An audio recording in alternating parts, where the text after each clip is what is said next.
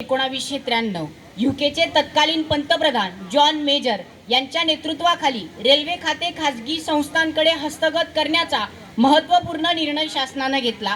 मोठ्या स्थानकांसह पायाभूत सुविधांची मालकी रेल ट्रॅकला देण्यात आली। ट्रॅकची देखभाल आणि नूतनीकरण मालमत्ता 13 कंपन्यांना विकण्यात आली। ट्रॅकची मालकी 3 रोलिंग कंपन्यांना देण्यात आली। अशा पद्धतीने रेल्वे खात्याचे 100% मालकी हक्क वेगवेगळ्या खासगी संस्थांकडे सोपवण्यात आले। एखादा निर्णय पारित करत असताना तेथे सर्वच संस्थांची मान्यता अपेक्षित होती, परंतु कुठलाच निर्णय सर्वांच्या मान्यतेप्रमाणे सुव्यवस्थितपणे पार पडत नव्हता। कालांतराने संबंध रेल्वे खातेच विस्कळीत होते। परिणामी देशाच्या अर्थव्यवस्थेला याचा मोठा फटका बसतो आणि 1997 ला खासगीकरणाचा अयशस्वी प्रयोग जगासमोर येतो। तरीही देश पातळीवर खासगीकरणाचा अट्टहास का, असा प्रश्न तुम्हा आम्हाला पडणं साहजिकच। अर्थात प्रस्तावाच्या अगदी अनुकूल बाजूने बोलण्यासाठी नमस्कार। वरुण घरटे, महाराजा सयाजीराव गायकवाड महाविद्यालय, मालेगाव कॅम्प। खरं तर देशानं मिश्र अर्थव्यवस्थेचा स्वीकार केला। 1991च्या आर्थिक धोरणापासून खासगीकरणाच्या चर्चा होऊ लागल्या आणि जागतिक संकटाच्या तीरावरून सावरण्यासाठी खासगीकरणाचे वारे वेगाने वाहू लागले। सर, मुळात अर्थव्यवस्थेची मूलभूत चौकट कोणती? प्राथमिक, द्वितीयक, तृतीय क्षेत्र अनुक्रमे कृषी, उद्योग, सेवा क्षेत्रांचा समावेश यामध्ये होतो। भारतीय अर्थव्यवस्था ही कृषी प्रधान आहे। कृषी क्षेत्राच्या विकासाला उद्योग क्षेत्राची भूमिका अतिशय महत्त्वपूर्ण ठरत असते। कृषी क्षेत्रातील उत्पादनाला कच्चा माल म्हणून वापर करतात, त्यामुळे उद्योगाकडून कृषी क्षेत्राच्या उत्पादनाला एक मागणी निर्माण होते। त्याचबरोबर शेतीसाठी लागणारी अवजारे, यंत्रे, बी बियाणे, कीटकनाशके यांचा पुरवठा उद्योगाकडून शेती क्षेत्राला केला जातो। अशा पद्धतीने दोन्ही क्षेत्रांमध्ये एक समन्वय साधला जातो। येणाऱ्या पुढील काळात उद्योग क्षेत्र मुठभरांच्या हाती दिल्याने हा समन्वय साधता येईल का? तो समन्वय साधता आला नाही तर नक्कीच देशाच्या अर्थव्यवस्थेच्या मूलभूत ढाच्यास हानी पोहोचल्याशिवाय राहणार नाही। भारतात उद्योग क्षेत्राची व्याप्ती प्रचंड विस्तारलेली। ONGC, BPCL यांसारख्या उद्योगांमार्फत उत्पन्न होणारा नफा, प्रत्यक्ष अप्रत्यक्ष मिळणारा कर हा विविध योजना आणि उपक्रमांतर्गत जनहितासाठी वापरला जातो। परंतु या संस्थांचे मालकी हक्क व्यक्तिकेंद्रित झाले तर याचे परिणाम अतिशय भयभीत आणि भयावह असतील। आधीच उन्हाबरोबर महागाईचे चटके, एकीकडे जगण्यासाठी संघर्ष सुरू आहे। अशा स्थितीत खाजगी संस्था नफा हा मुख्य उद्देश साधत उत्पादनाच्या किमतींमध्ये वाढ करतील।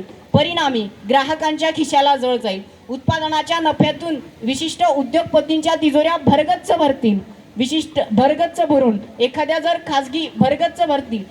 जर विदेशातील संस्थेला भारतात खाजगीकरणाचा पर्याय उपलब्ध झाला तर आपल्याच डोळ्यासमोर तो नफा सरळ विदेशात निघून जाईल आणि मेक इन इंडिया सारख्या प्रकल्पांवर सुद्धा पाणी फेरण्यात येईल। सर, एखाद्या खाजगी संस्थेला बाजारपेठेत एक भक्कम प्रतिस्पर्धी न मिळाल्यामुळे तो बाजारपेठेत स्वतःचं वर्चस्व निर्माण करेल आणि एकाधिकारशाहीला सुद्धा जन्माला घालेल।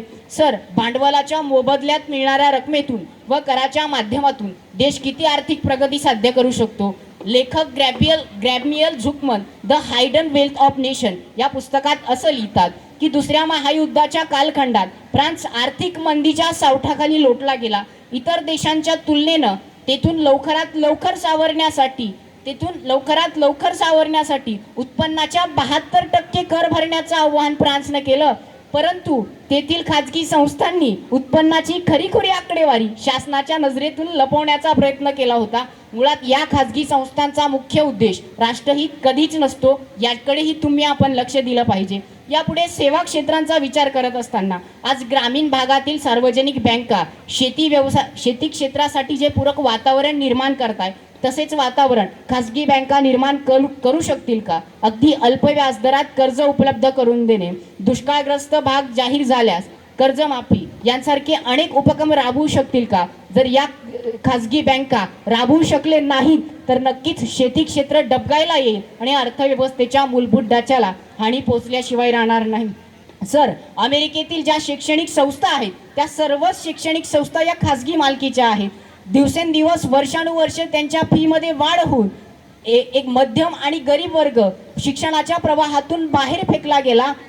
भारतात रेल्वे भरती प्रक्रिया सुरू होत असताना ज्या पद्धतीने अनुसूचित जाती जमातींचा आरक्षणाचा प्रश्न असेल, सर आज बस सेवेमध्ये अपंगांसाठी 1/4, वृद्धांसाठी अर्धे वाडे, शाळकरी मुलांसाठी 5 सुविधा यांसारख्या अनेक उपक्रमांवर खाजगीकरणाचा काय परिणाम होईल याकडेही कटाक्ष टाकणे गरजेचं आहे.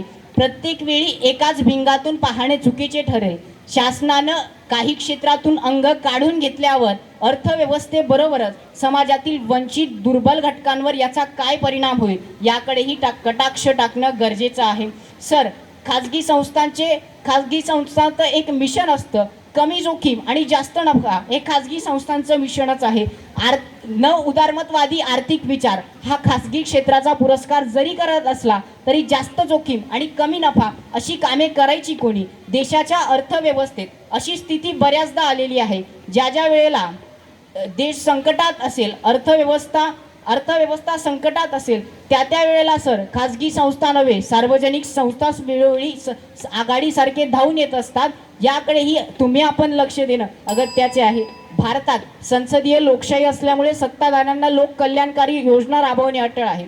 सर, माझ्या बऱ्याच प्रतिस्पर्धकांचं असं मत असेल की सार्वजनिक संस्था पूर्ण कार्यक्षमतेनं व ताकदीनं कार्य करत नाही. असं जर मत असेल, मला वाटतं की सार्वजनिक संस्थांमध्ये काही बदल गरजेचे आहेत, परंतु तो बदल खाजगीकरण मुळीच नसावा. आज RBI, इस्रो सारख्या संस्थांनी जागतिक पटलापर्यंत उंची गाठलेली आहे. त्या संस्थांचं खाजगीकरण होऊ शकत नाही. यावर जे निकष आहेत, जे कारणे आहेत, तीच कारणं इतर संस्थांच्या बाबतीत जर आपण लावली तर नक्कीच येथे बसलेल्या प्रत्येकाला खाजगीकरणाचा चष्मा काढावा लागेल. सर, घटना आमच्याच गावातील आहे. एका बँकेच्याच कर्मचाऱ्यांनी जवळजवळ 1 करोड रुपयांचा घोटाळा केला. खातेदारांचं सुदैव की बँक सरकारी होती. बँक खाजगी राहिली असती तर याचे परिणाम काय झाले असते याची कल्पना आपण करू शकतो. मला वाटतं आज जागतिक महामारीतून सावरण्यासाठी आरोग्य सेवांनी जी महत्त्वाची भूमिका निभावलेली आहे त्या भूमिकेसाठी ती भूमिका पाहत असताना ती मला अतुलनीय वाटते.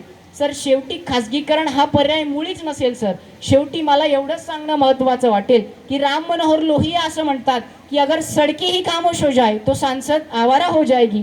तेच आवारापण आपल्या वाट्याला येऊ नये यासाठीच केलेला एक छोटासा प्रयत्न. मनपूर्वक धन्यवाद.